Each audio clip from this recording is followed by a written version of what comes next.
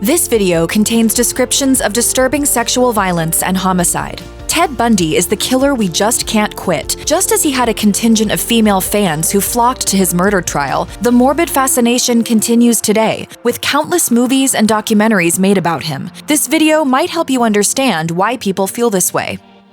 Is Ted Bundy the most prolific American serial killer of all time, or a somewhat more pedestrian maniac who convinced the world his crimes were as big as his ego? Bundy was only convicted of 3 murders, 2 women in his notorious attack of the Chi Omega sorority at Florida State University in 1978, and the kidnapping and murder of 12-year-old Kimberly Leach, also in Florida that same year. Bundy maintained his innocence of these crimes, but 3 days before his execution on January 21, 1989, the charming killer suddenly admitted to the FBI he had murdered at least 30 people between 1973 and 1978 in a rampage that spanned Washington State, Oregon, Utah, Idaho, California, and Florida. 10 of these victims were previously unknown to investigators. Experts, however, believe the true tally may be as high as 100 victims. The truth may not even have been known to Bundy himself, as the killer said that the number 30 was insufficient, adding that add 1 digit to that and you'll have it. Bundy was executed via electric chair at age 42, shortly after his most candid talk with law enforcement. He likely took many secrets to his grave.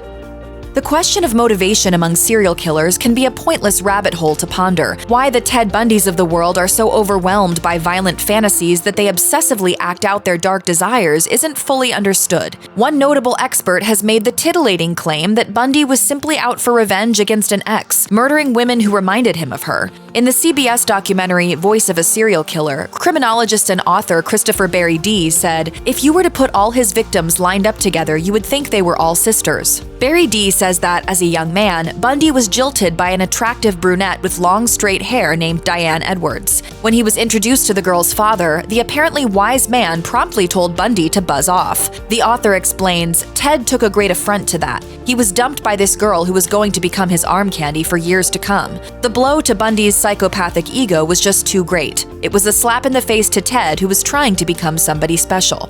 The relationship I had with Diane had a lasting impact on me. In 1974, 18-year-old Carol Duranch went to a bookstore at a local mall in Salt Lake City, Utah. Duranch was beautiful, with thick, flowing brown hair. That's when she was approached by a man who claimed to be a police officer and said someone had tried to break into her car. The man smelled of alcohol and oddly was driving a Volkswagen Bug. But he did have a badge, and despite her better judgment, she got in the vehicle. Bundy then pulled out a gun and cuffed her. Duranch said in the Ted Bundy tapes, "I had never been so frightened in my entire life. And I know this is cliche, but my whole life went before my eyes." Duranch fought Bundy off and escaped, but except for the fact that she survived, her experience was hardly unique. Bundy used a variety of ruses to lure women into his vehicle. Perhaps his favorite tactic was to wear a sling or cast and hobble on crutches. With this combination of charm and fake disabilities, he'd ask for help carrying books or unloading items from his car. That's when he'd bludgeon his victims, most of whom would not be as lucky as Duranch. Ted Bundy wasn't just a sadistic killer of women. After beating his victims to death, Bundy was known to mutilate and desecrate their bodies, performing bizarre rituals on them and even committing sexual acts with their remains. Bundy also took Polaroids of his victims. When asked why he did this, he told investigators, "When you work hard to do something right, you don't want to forget it." These kinds of revelations led one neuroscientist to conclude that Bundy wasn't merely looking for sexual gratification from these awful acts, but was rather seeking a desire for both sexual and emotional intimacy. Bundy admitted insecurity around his attempted normal relationship with women like Diane Edwards, and it was written of him that he recognizes the potential of the dead body to be anyone he wants them to be. He also spent extended periods of time with the unconscious or semi-conscious victim lying prostrate in his Volkswagen Beetle. Like many psychopaths, Ted Bundy sought positions of influence and authority in his professional life. In 1971, while studying psychology as an undergrad at the University of Washington in Seattle, he worked at the city's Suicide Hotline Crisis Center. Daryl Turner, PhD, told Women's Health, "I'm not surprised that he worked at a suicide hotline. Psychopaths will very often put themselves in a position to, in a weird way, learn what normal people are like so they can blend in better by faking emotions that they learn from other people." Maybe most fascinatingly, Bundy ended up working alongside Ann Rule, who became a notable true crime author, most famous for the excellent memoir of her time with Bundy, aptly titled The Stranger Beside Me. Rule was so won over by Bundy's charms and his legitimately good work at the hotline, she would go on to be one of his defenders during his murder trial in Florida. Rule described Bundy's personality at their sensitive job as, quote, kind, solicitous, and empathic, and remarked at the time of his arrest that Ted Bundy took lives, but he also saved lives. She also recalled how Bundy would walk her to her car after particularly late shifts to make sure she was okay. Ted Bundy took, quote, perverse pleasure, according to friends, in the shady side of election wrangling. Bundy's first brush with politics was in 1968 when he attended the Republican National Convention as a delegate for future VP Nelson Rockefeller. In 1972, he joined the re-election campaign for then-sitting Washington State Governor Daniel J. Evans. He later worked for Ross Davis, head of the state's Republican Party. It was actually this connection that eventually got Bundy into law school. In 1974, Bundy also worked at the Seattle Crime Prevention Advisory Commission, where he wrote a pamphlet on rape prevention. But it was working for the governor where he really put his dark traits to work, spying on his boss's Democratic opponent. Bundy wore disguises as he recorded stump speeches for dissection and eventual attack ads. This kind of opposition research is common today, but at the time it was novel. Bundy was interviewed when the press caught wind. Bundy brushed off the attention with false humility, telling a reporter, It's hard for me to believe that what I did is newsworthy, and my part in the campaign was so insignificant, I'm embarrassed that I should be getting this publicity from it. Really embarrassed. Ted Bundy and his longtime muse, Elizabeth Kendall, dated from 1969 to 1974 after they met at a bar in Seattle. She was a shy single mother, but it was actually Kendall who approached Bundy. She recalled, I saw him sitting at the table and I went over and talked to him because I told him he looked lonely. As shown in the Netflix film Extremely Wicked, Shockingly Evil, and Vile, the relationship was good at first, but by 1974, Bundy started staying out all night. Kendall's daughter, Molly, recalled hearing her mother read articles out loud about a local murderer who called himself Ted. Molly confronted him about the similarities, with Bundy replying, "No, monkey, of course, I would never do anything like that." In 1978, when Bundy was finally caught, he called Kendall. Bundy admitted he was, quote, sick. The truth began to sink in. Kendall told Vanity Fair, "It took him telling me himself that he had something wrong with him. It was awful, and yet it took me so long to really fully accept that he did those things." And maybe this confusion will never totally be over for the woman who knew Bundy best. As she said, "I still have moments where I get confused. There are a lot of pictures of me and Ted. I look at those and I remember how in love I was." The Silence of the Lambs was an extremely chilling horror film, and it took home 5 Oscars, including Best Picture. The film's main bad guy, Buffalo Bill, skins his victims to make their bodies into a kind of quilted female flesh suit. That idea was taken from noted American killer Ed Gein, but much of the rest of the film was inspired by Ted Bundy. In fact, The Silence of the Lambs author, Thomas Harris, attended parts of Bundy's trial and even sent the killer his 1981 novel Red Dragon, a prequel to his more famous work. Harris has not spoken about borrowing from Bundy, but just as Hannibal Lecter entangles himself in the FBI hunt for Buffalo Bill, Bundy offered himself up to the FBI's now famous behavioral analysis team that first coined the term serial killer. Harris's Buffalo Bill also borrows from Bundy the tactic of posing as injured with a fake cast on his arm, and then asking for help moving furniture to lure his unsuspecting female victims into his van. After the failed abduction of Carol DeRanch in Utah in 1974, a patrolman spotted Bundy's Volkswagen Beetle parked in front of the home of 2 young women. After a brief chase, police found handcuffs, a ski mask, and pantyhose with holes cut out for eyes in Bundy's car. Bundy was arrested, and even though he attempted to alter his appearance, DeRanch picked him out of a lineup. He was found guilty of kidnapping and sentenced to 15 years in prison. Bundy was then transferred to Aspen, Colorado for the murder of Karen Campbell, a 23-year-old nurse who went missing while on a ski trip with her fiancé. Bundy convinced the judge to allow him to participate in his own defense and was granted mildly supervised access to a law library. Bundy remarked, "Over the months, I had noticed a number of opportunities to just walk right out. When a guard went out for a smoke, Bundy simply hopped out of an open window and hid in the frozen mountains for 6 days, but was again apprehended and arrested." He was then transferred to another Colorado jail where he began rapidly losing weight. In December 1977, he slipped through a loose grate in the ceiling and climbed into a jailer's quarters. He stole some street clothes and fled all the way to Tallahassee, Florida, where he immediately killed 3 more women. After Ted Bundy's 2 escapes, he was put on the FBI's most wanted fugitives list. Everyone knew what he would do next. Law enforcement at the time remarked, "He's going to kill again. It's just a matter of time. We don't know where or when, but he will kill again." January 15, 1978, Bundy broke into the Chi Omega sorority house at Florida State University. A patrolman quick to the scene recalled hearing the screams, then finding Kathy Kleiner. He said her jaw was actually hanging off one side. Only one hinge was still attached. She was totally incoherent and in shock. Bundy also badly injured Karen Chandler and killed Margaret Bowman and Lisa Levy. He then entered another home and nearly beat to death a dance major named Cheryl Thomas.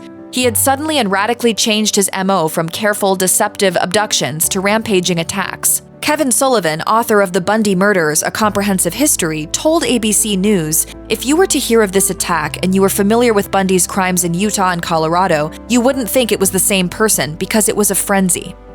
3 weeks after the brutal attack at Chi Omega, Bundy returned to his pattern, abducting and murdering what is believed to be his last victim, 12-year-old Kimberly Leach. Then, in February 1978, a police officer noticed a Volkswagen Beetle loitering. Bundy refused to identify himself. The anonymity was short-lived. What followed was the Ted Bundy Show. The killer turned his trial into a sick farce, often representing himself, questioning witnesses, and generally turning the state's search for justice into a spectacle. The judge cautioned, "A lawyer who represents himself has a fool for a client." Bundy was unmoved. It was written that Bundy confidently brought insignificant requests before the judge and asked for both more exercise time and a typewriter. As prosecutor Larry Simpson revealed, he even demanded an updated menu because he was, quote, sick of grilled cheese. His antics captured public attention, but the jury was unmoved. On July 24, 1979, Ted Bundy was found guilty of the Chi Omega murders. Ted Bundy was notoriously slippery. His one-time Seattle suicide prevention hotline friend and later true crime author Ann Rule describes him as having something of a chameleonic face. Widely regarded as handsome, Bundy rarely looked the same twice in photos. It's possible this made it more difficult for police departments to connect his crimes across 7 states. And even when he was arrested, it was Bundy who finally told police his real identity. One thing that was distinctive to the notorious killer was his slight snaggletooth bite. His lower teeth were crooked, and he had a chipped incisor. One of his victims in the 1978 Chi Omega attack, Lisa Levy, had a bite mark on her left buttock. According to the prosecutor's report in Clark County, Florida, once Bundy was identified, impressions of his teeth were taken to compare with bite marks on the Chi Omega victims, and his fate was sealed. During the trial, Bundy claimed he chipped his tooth after the murders. Photographic evidence proved otherwise. However, in more recent years, bite mark evidence, along with many other forensic tricks used by prosecutors, have become seen as dubious. The California Innocence Project wrote, "There is no real scientific support or research into the accuracy or reliability of bite mark evidence." But of course, Bundy later confessed to these murders and many more. Ted Bundy's murder trial took another strange turn when he took advantage of an obscure Florida law that deemed any declaration of marriage in front of a judge in a courtroom legally binding. Bundy called his then-girlfriend, Carol Ann Boone, as a character witness. As she sat on the stand, Bundy popped the question, "Carol, do you want to marry me?" Boone answered in the affirmative, and Bundy replied, Bundy also fathered a child with Boone while on death row, despite conjugal visits being prohibited in Florida for condemned men. It's possible they bribed guards, and there's a rumor Bundy passed a condom full of his semen in his mouth as the two kissed goodbye, but Boone didn't kiss and tell. She said in 1981, "It's nobody's business." Their daughter, Rose, was born in 1982. Boone divorced Bundy in 1986, 3 years before his execution. Neither Boone nor her daughter had any further contact with Bundy, and both have since changed their names to live anonymously. Ann Rule wrote, "I have heard that Ted's daughter is a kind and intelligent young woman, but I have no idea where she and her mother may live. They have been through enough pain." The question of how Ted Bundy became among the most notorious monsters in American history is unanswered. Bundy himself blamed everything from alcohol to a police conspiracy to society at large to his own confusing childhood. Bundy was born Theodore Robert Cowell in 1946 to his mother Eleanor Louise Cowell in a home for unwed mothers in Vermont. Eleanor named 2 separate men as Bundy's father, though neither man was ever in Bundy's life. Since this was considered an enormous scandal in the 1940s, Bundy was then raised in the Philadelphia home of his mother's parents, his biological grandparents, and told all along that Eleanor was actually his sister. Bundy was relentlessly teased by his cousins as a teenager, who would call him a bastard and show him his birth certificate, which listed an Air Force vet named Lloyd Marshall as his biological father. Bundy never met Marshall, and many have concluded that the man did not exist. Bundy's grandfather, Samuel Cowell, was allegedly a terrifying and violent man who was addicted to pornography and who even abused neighborhood animals. Bundy's relatives have openly speculated that Ted was actually the product of incest between his abusive grandfather and his highly unstable manic-depressive mother, making his childhood notion that Eleanor was his sister only half a lie. There's nothing in my background which would lead one to believe that I was capable of committing murder. Ted Bundy moved from Philadelphia to Tacoma, Washington when he was 3 years old. Ted's mother tried starting a new life and married Johnny Bundy in 1951, but the damage may already have been done. His aunt woke up one day with toddler Ted placing knives around her sleeping body. An expert once said that Bundy reflected behaviors of seriously traumatized children who have either themselves been the victims of extraordinary abuse or who have witnessed extreme violence among family members. In 2019, Tacoma police began actively looking for a link between Bundy and an 8-year-old named Anne Marie Burr, who disappeared from her Puget Sound home on August 31, 1961. Anne's mother woke up to find her daughter had vanished, her window left open. The only clue was a teenage-sized shoe print left on a bench that had been pulled to the sill. Ted Bundy was 14 at the time and had a paper route that took him by the missing girl's home. He was known to be a peeping Tom by this age, and Tacoma police are taking another hard look at this very old crime. The Tacoma Police Department said, "We periodically review all cold cases to determine if new technology and techniques in forensic science can be utilized."